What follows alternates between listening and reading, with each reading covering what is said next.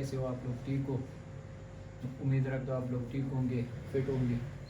जी, आज हमारे चैनल का जो दूसरा व्लॉग है वो जितने स्केलेटल मसल है उसके बारे में आप लोग के साथ मैं शेयर करूँगा कि कौन कौन से मेन मसल है जो हम लोग जिम में डेली उसको टारगेट करते हैं। दूसरा जो मूवमेंट है, बॉडी का मूवमेंट है, मतलब इसमें हो गया फ्लेक्शन, हो गया एक्सटेंशन, हो गया, इसके बारे में हम आपको डिटेल से बताएंगे।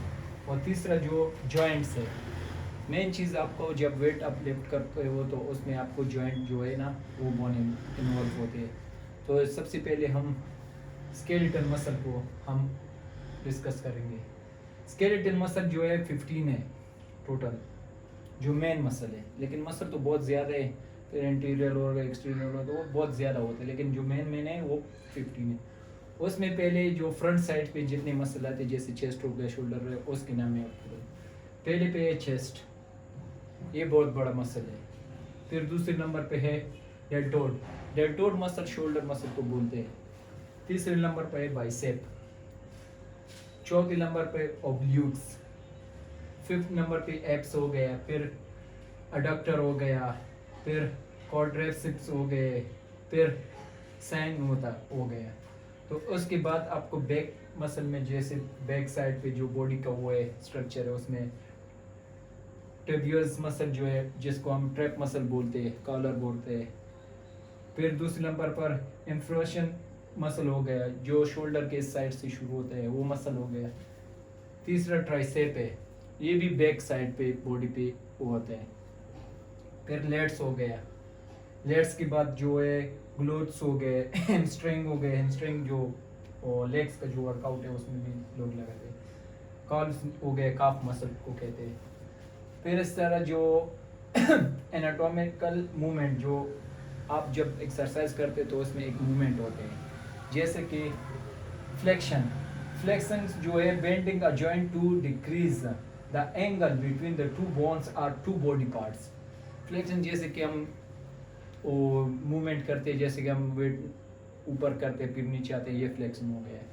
फिर एक्सटेंशन हो गया है, strengthening and extending of the joints to increase the angle between two bones or body parts। ये तो फ्लेक्शन हो गए। एक्सटेंशन इसे बोलते हैं, मतलब ऊपर से जो आता है वो वेट एक्सटेंशन मूवमेंट हो गया।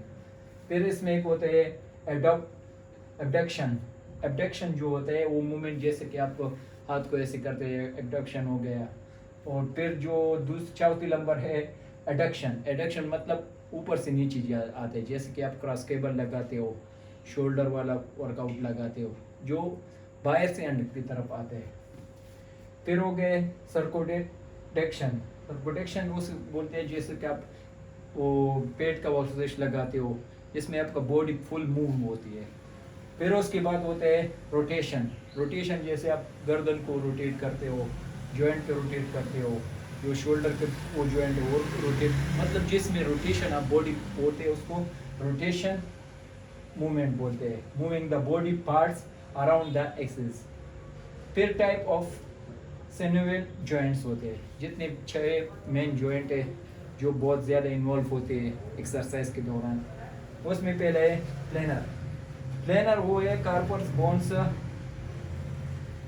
जो कार्पल बोन्स का वो होते हैं, मतलब ये आपका कलाई हो गया, वो हो गया। फिर हैंग जॉइंट्स होते हैं। हैंग जॉइंट्स जो नी होते हैं आपका, हैंग जॉइंट ये नी को जो होता है, जब आप वेट उठाते हो तो सबसे ज़्यादा ये इन्वॉल्व होते हैं नी आपका। फिर हो गए पेयोट जॉइंट्स। पेयोट जॉइंट आपका वेस्ट हो गया, आपका नेक हो गया, ये जॉइंट जो है इसको बोलते हैं पेयोट जॉइंट। फिर कॉन्डियोलेट जॉइंट। कॉन्डियोलेट जॉइंट जो रेडियस का और कार्पिकल का मध्य जो बीच में वो होता है उसको कॉन्डियोलेट मसल कहते हैं, जॉइंट बोलते हैं, sorry. Sadler joints. Sadler joints में जो होते हैं तो उसमें कार्पिकल्स होते हैं, उसमें शोल्डर का उसमें इन्वॉल्व होते हैं, ये जॉइंट होते हैं। फिर बॉल एंड सॉकेट जॉइंट्स होते हैं, इसमें आपका हिप्स हो गया। हिप्स जो है ये जॉइंट को बोलते हैं, जैसे शोल्डर का जॉइंट हो गया, मेन जो बड़े वो है उसको बॉल एंड सॉकेट जॉइंट्स बोलते हैं। तो आज का ये टॉपिक था, आप लोगों के साथ हमने शेयर किया। इंशाल्लाह कल से हम बॉडी का जो डेली वर्कआउट है वो आपके साथ शेयर करें, जैसे कि चेस्ट का वर्कआउट है उसमें जितनी जितनी वेरिएशन है वो आप इधर हम शेयर करेंगे और जेब में हम उसका वो प्रैक्टिकली वो आपको लगा के आपको बता देंगे कि ये मशीन इसके कहते हैं, ये अपर चेस्ट है, लोअर चेस्ट है। वस्सलाम।